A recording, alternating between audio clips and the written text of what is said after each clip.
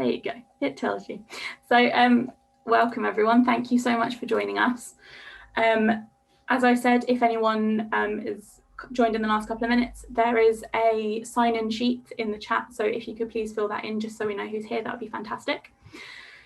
But yeah, we'll just get started. So this is the kind of donor recruitment event training session. So as some of you who have been here for a while will know, we've recently changed from paper application forms to online application forms, and there are quite a few other bits and bobs that have been changed and updated. So this is that session that will kind of talk you through from beginning to end how to run a successful donor recruitment event.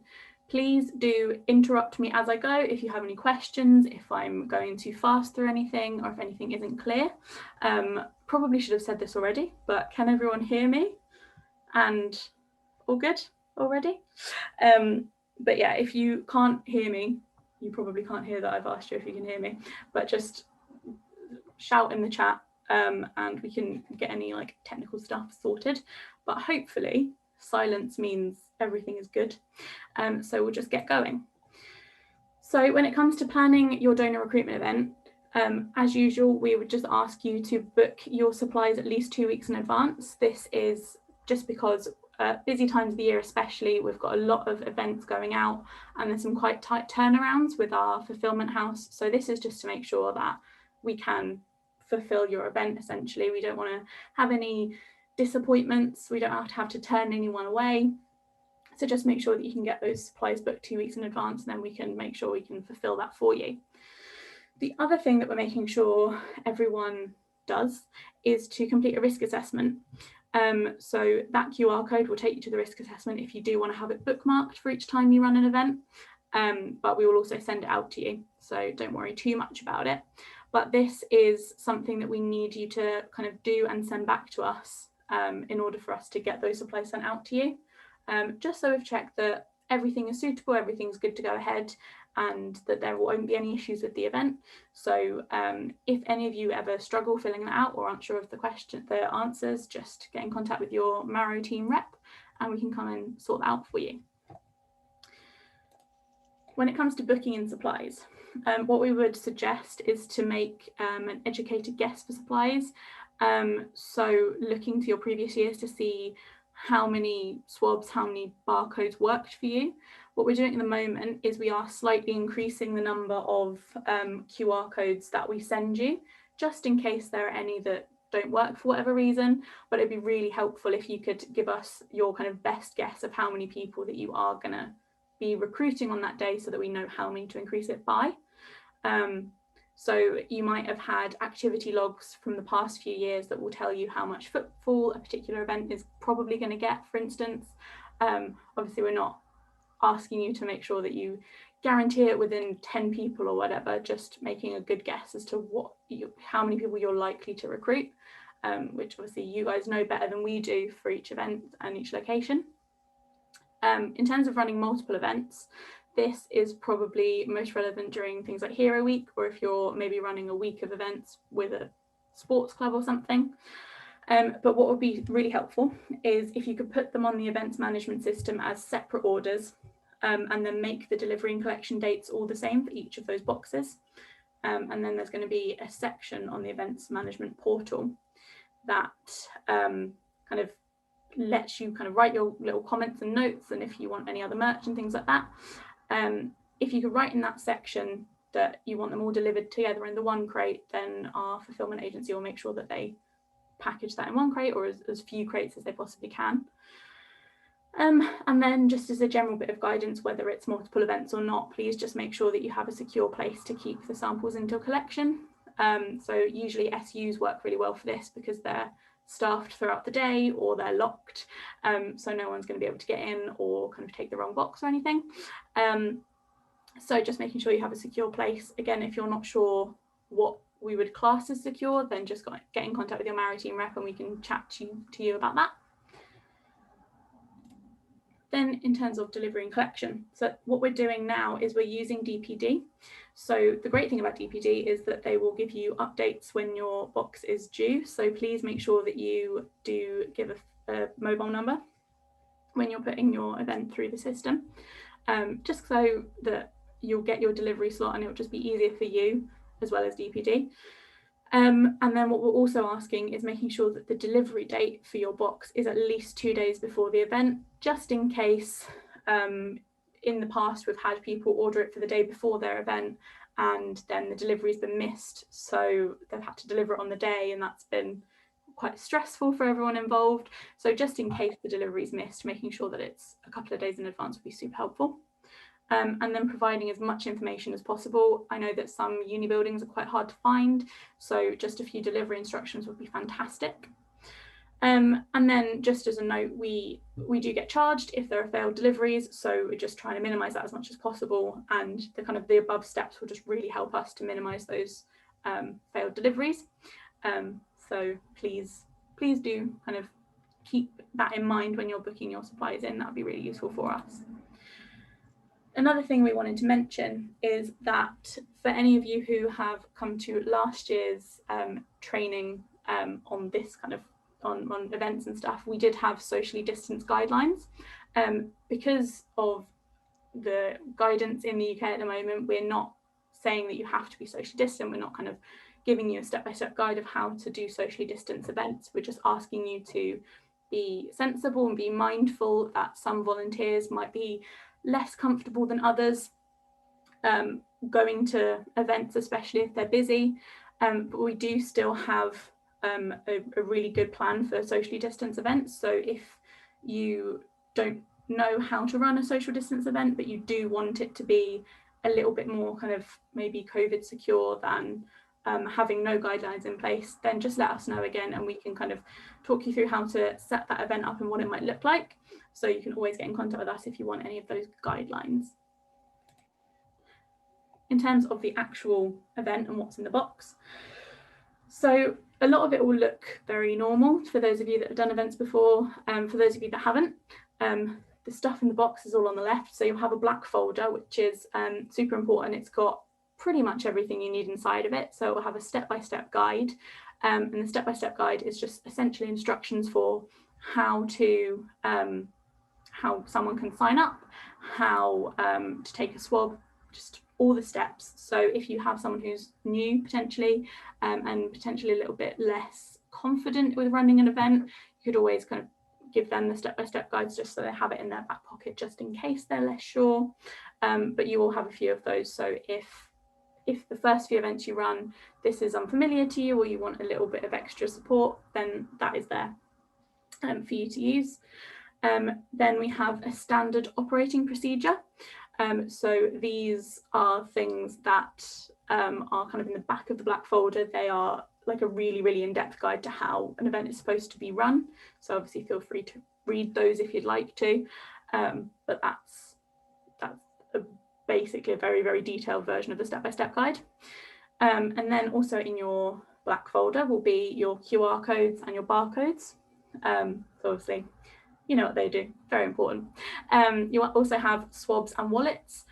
For those of you who were here when we did paper application forms, you will no longer have the larger white wallet, just because there's no paper application form, so you don't need something to put those in. So you've just got those swabs and those swab wallets. And then you've also gonna have a whole bunch of little guide to lifesavers. So I know that I haven't done my marriage spiel in a really long time. So my first event, I'll probably be having that out on the table in front of me to help me talk through exactly what signing up entails. If you need to lean on those a little bit, that's absolutely fine. It's been a while since a lot of us have done an event. And then we'll also have some temporary donor cards, which was something that was introduced just shortly before COVID. So quite a lot of you probably would never have seen them. So they are kind of a squiggly card that opens up, and they're something that you would give to people who've signed up as an interim donor card. So about 6 weeks after they sign up, they'll get a donor card with their kind of unique donor ID on it, so that they can like talk to us and quote that ID number if they ever need anything. But until that arrives, they've got a temporary donor card. So just hand one of those out to each person. And then we also have a volunteer sign-in form and a registration form. Both of these are digital. So both of these will get sent to you before the event. So the volunteer sign-in form, instead of being the paper form that some of you are used to, it will be something online now. And please shout at me if you can't then see this, but I am just going to try and share with you the form. Give me a second. Oh, hang on.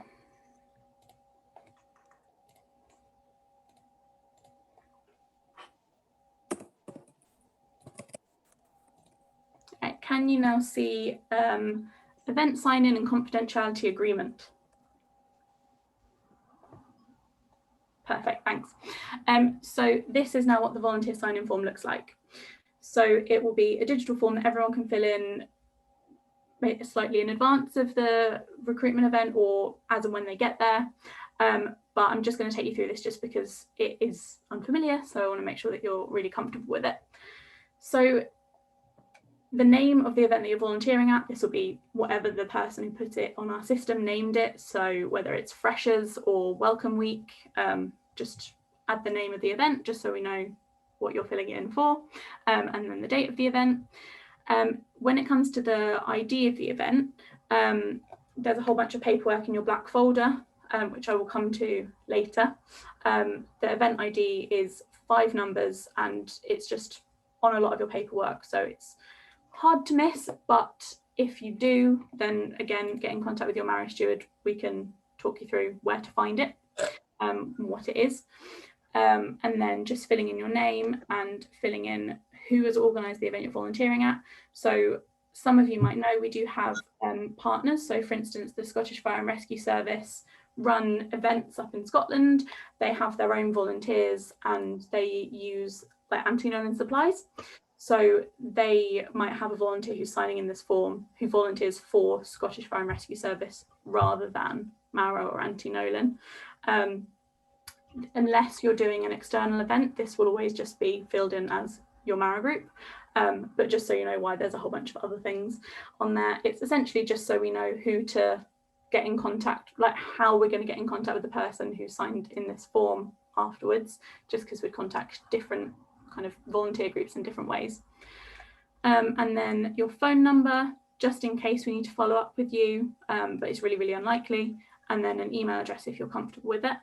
And then your role at the event. If you're the event lead, you'll know about it. So if you're not sure whether you're an event lead or an event volunteer, just put volunteer down. And a lot of you will have seen this already. So this is a portion of the Marrow confidentiality agreement. So if you could just give that a quick read through and tick and submit, that would be fantastic. So as I said, this will get sent to you before events.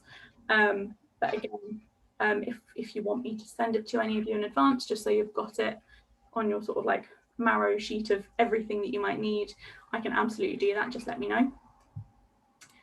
Now, can you now see day of the event, step-by-step guide again, or are we still on the old form? Anyone? All good. All good. Fantastic. Thank you. So volunteer sign-in form, and then also registration form, which I will talk more about kind of later because it's part of the event as we're going through it. So the next step when it comes to actually recruiting to the register. So before anyone gets to the event, we're just going to ask you to pre-label and prepare some of the wallets with the QR code and the matching barcode on the back. So that is literally just in that row of QR codes and barcodes, popping a QR code on the front of a swab wallet, putting the matching barcode on the back, and then getting some still packaged swabs and popping them inside the wallet. So we are asking you to kind of pre-package maybe 5, maybe 10, depending on how many people are coming through the event. Just kind of use your judgment to see how many you think should be kind of pre-packaged. We know this will potentially cause a little bit of wastage, but it's a step that we're taking just because sometimes we've seen that someone will try to scan a QR code from that full sheet and then actually scan the one underneath it. So it's just removing that potential error. So if you could just prepare a few in advance, that would be fantastic. Obviously, we know that sometimes events get really busy and you won't have time to do that, which is totally fine. But just if possible, that would be really, really helpful. So just to give you a close-up of what the QR codes and the barcodes look like. So what we would be wanting you to do is to use the QR code and the barcodes that are on the same like horizontal lines of the same row, rather than mixing and matching, just because the QR code and the barcodes next to it have the same unique ID. So just make sure you use the same row and that all your volunteers also know to do that. And once you have pre-labelled some of those and some people have come over and you are hopefully going to sign them up, and we are still asking you to do that same spiel, just because we want to make sure that they are as fully informed as possible. You'll see later on that they are going to get that information again. They're going to get that information on their online application form, but just to make sure that they really understand what they're signing up to, that they have a chance to ask questions, we want you to take them through that counselling process as well. So once they have all the information about the methods of donation, who is eligible to be on the register, that sort of thing, you can give that pre-labelled wallet to the potential recruit. And on the back of it, there's a space to write their initials and date of birth. And this is really important that they do that, just because we know that there's potential for a couple of friends to be signing up at the same time, put their wallets down, mix them up. So this is just so that we know whose is whose. So if you could just keep an eye on them while they do that, make sure that they do it and remind them if they've forgotten to, that would be fantastic. So the next bit, once they've done that with their wallet, is to scan the QR code on their phone. So this will then bring up a link to their unique online application form. And the QR codes each have a different link that they're sent to, so it is specific to that person alone. What we've been kind of saying to people is, if someone doesn't have a phone on them or doesn't have internet access or 4G, or I don't know, their phone's broken or something, we're really urging you not to let them use your phone instead, just because if they run away with it or if they drop it, it's very unlikely your insurance will cover that.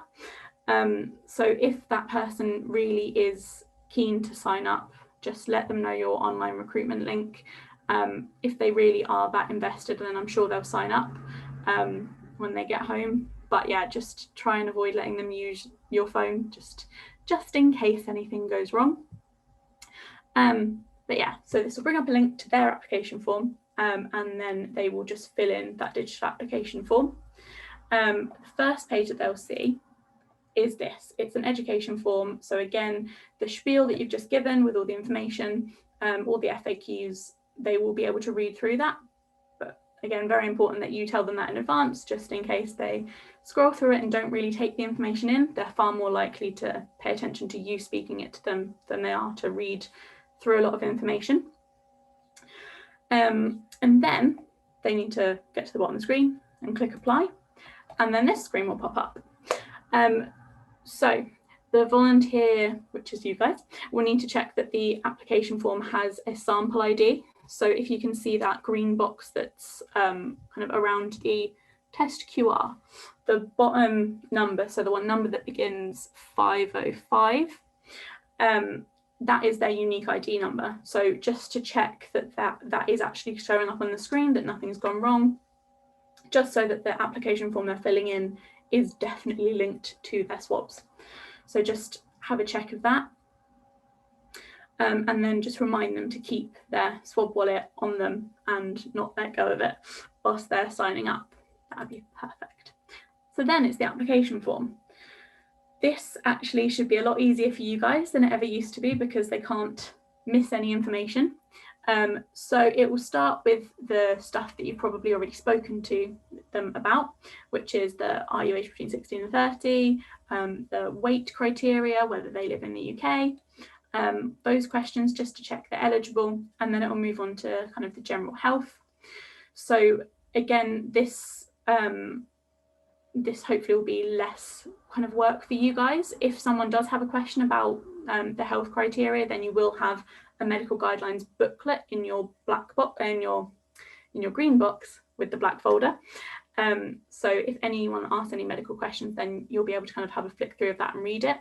But if someone does say click yes to having had a positive result for HIV, it will explain to them why they then can't join the register. So you shouldn't get too many questions. Then, assuming everything is all right, we'll move on to the contact details. So they'll just need to fill in their kind of title, their first name, their email address, and phone number. So one of the things that just to bear in mind is if they put a .ac.uk email address as their first email address, then it will just pop up with a message asking them to put a different one down. This is just because that we know a lot of students will only have that email address for maybe 3, maybe 5 years and then kind of move on. The only situation in which we can really envisage the only email address someone having as being a .ac.uk email is if someone is, say, a faculty member. But that's really, really unlikely to happen. Worst case scenario, they can potentially put down a friend or a colleague's email address, but it's very unlikely that that is the only email address someone is going to have. So hopefully that won't be an issue for you. Then we come on to the kind of next load of questions, which is firstly identifying their gender and also their ethnicity. So this isn't the full list of options for ethnicity. It's very similar to what you would have seen on a paper form, if you saw a paper form, which is a much longer list. It's just, you could only take so much of a screenshot. And then in terms of gender, we know that you may encounter quite a few people who are maybe non-binary, they may be trans, and they won't necessarily feel entirely comfortable clicking male or female. We know that this isn't good enough. We are working on it, and please just kind of say to them that Anti-Nolan is aware they are working on improving this, and that if they could just choose the one that they're most comfortable with, and then there's a section later on where they can add other information. So if they're happy to disclose it, if they could just identify either their sex assigned at birth, or if they identify differently to what they've put down on the form, then that would be fantastic. Obviously there is a phone number there, but in case someone doesn't want to ring that, just so you have that information. Then we come on to the medical history. So these won't necessarily mean that they can't join the register. It's just important that we know that information, just so that if they are called up as a potential match, the medical team that are helping them through the donation can make sure that they have everything they need for that individual. So that's essentially this section. Again, you might get a few medical questions at this stage, but you've got that medical guidelines booklet that covers all these. So you should have the answers in that. And then we also have a section for alternate contact details. So this is just really important that they fill this in, and that it's different contact details to the ones that they put for themselves a little bit earlier on. The only reason we'd ever get in contact with this person is if someone has come up as a potential match and we can't get through to them at their postal address, their email address, or their phone number. So that is the only time we'd ever get in contact with their other person. We wouldn't be, spamming them with emails or marketing or anything like that. It's just as a backup, but really important that we have it and that we have a different person to the contact details at the beginning. And then we're nearly done. So this is just another little check just to make sure that person is comfortable with what they're signing up to and that they have really internalized the information. So this is just, again, some of the education information, just the both methods of donation, making sure they understand that they're on the register until they're 61, but they can choose to come off earlier, and that they're not on a different stem cell register, just because all the stem cell registers talk to each other, so they only need to be on one. They'll just need to confirm that they've read and understood it, and then they can move on to the next section. And then finally, these are the same kind of consents as you had on the paper application form. The full in detailed, like the privacy policy has all of these in a lot more detail. So you have a privacy policy in your black folder, which they are more than welcome to read if they'd like to. It's very unusual, but sometimes people do want to read it, do want to read through the whole thing, but they can also click onto the privacy policy from this application form. So if they do want to read it in a bit more detail, they absolutely can. Does everyone understand what each of these consent sections are referring to, or would anyone like me to run through them?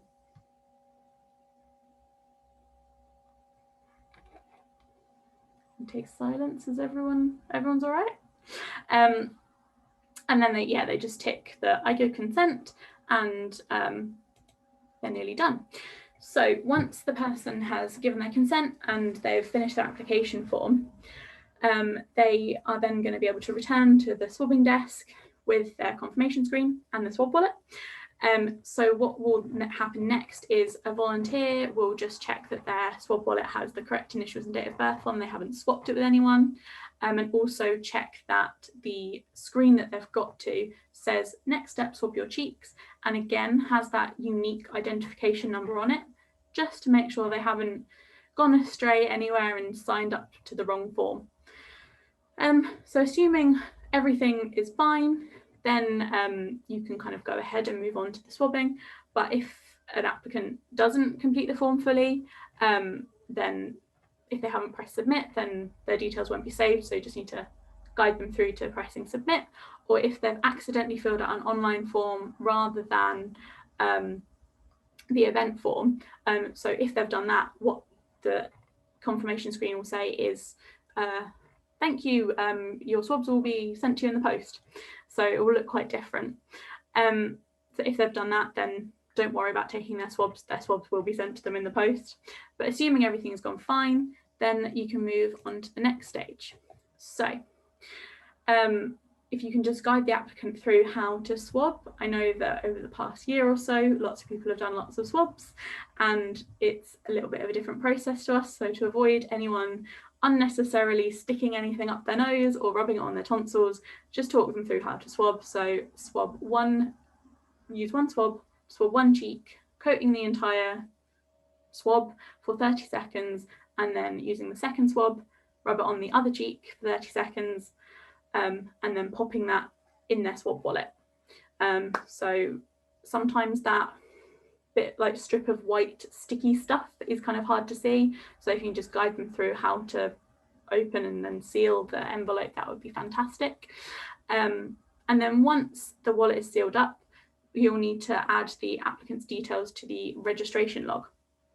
So I will also show you what that is, if I can get it to work. Wrong one.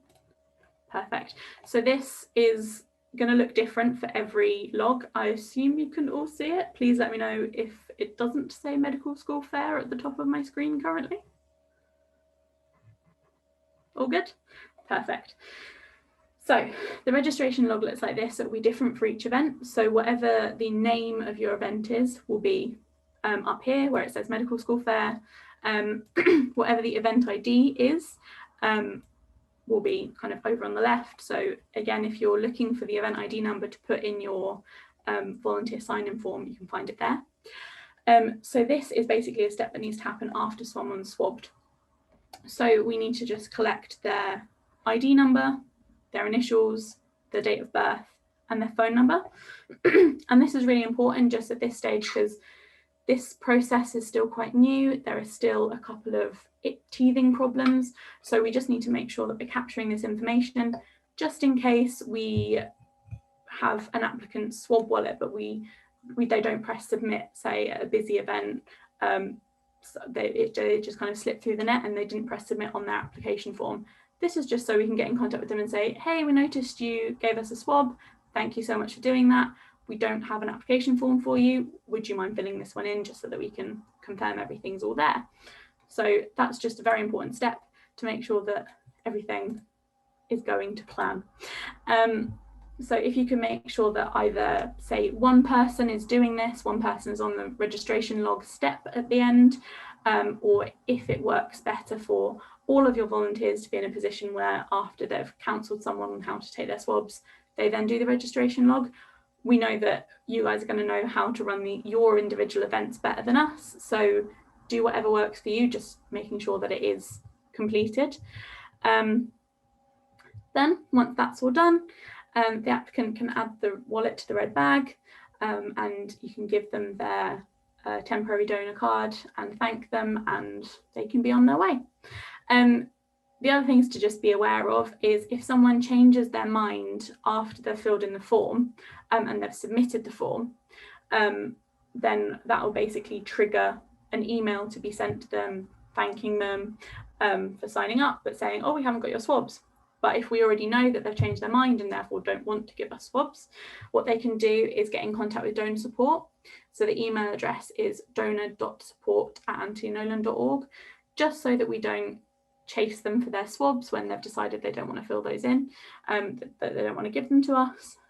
So just guide them to email, and you can also let us know after the event if you're chatting to us, just so we can have a heads up. But if someone does change their mind after they have filled in their form and after they've done their swabs, you do have a red marker in your crate.